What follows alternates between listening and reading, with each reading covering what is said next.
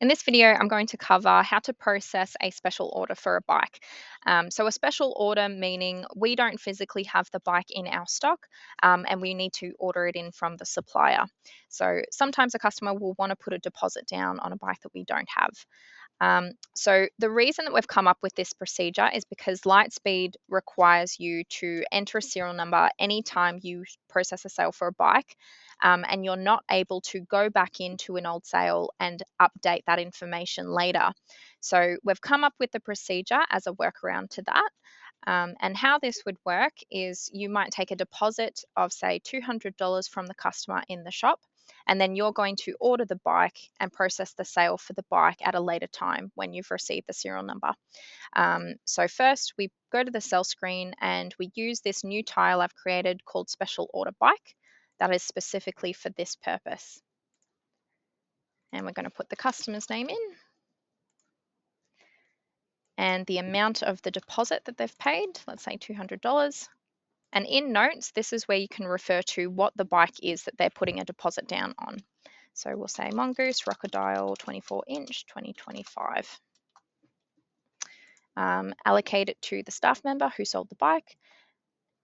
And we're going to mark this as an unfulfilled sale to indicate to us that the goods have not been delivered to the customer. So we'll mark it as fulfillment pickup. Check the details are correct and click next. And you can put any sales notes here that are appropriate, such as order from PSI Cycling and an order date if you've done one. Okay, so we mark it as unfulfilled and complete the sale. We'll do a full payment and complete it. You can email this receipt to the customer just so that they have proof that they've paid the $200 deposit.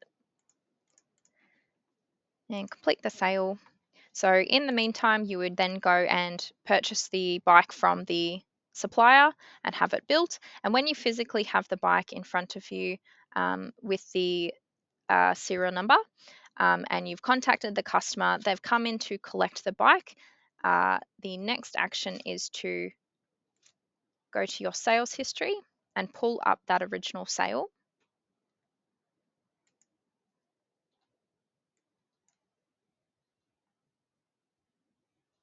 And we can see it attached to the fulfillment.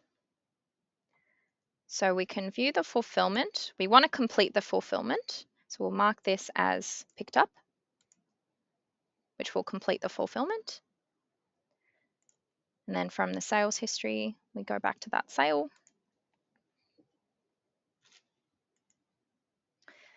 And now what we're going to do is return this item.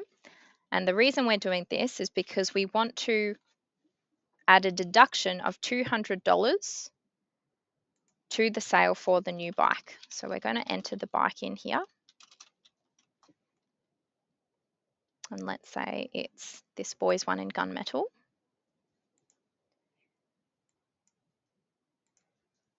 Okay, so we've got a deduction for this special order deposit of negative $200.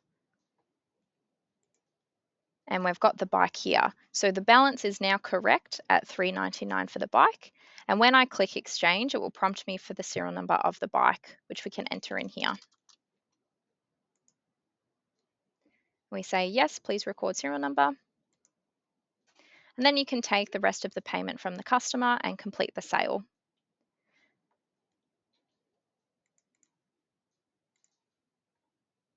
So now when we look in the back end at our sales history,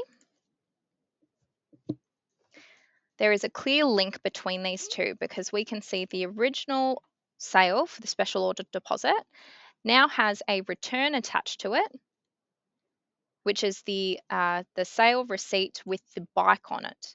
So there's a clear link between the deposit we've received and what they've redeemed it on here.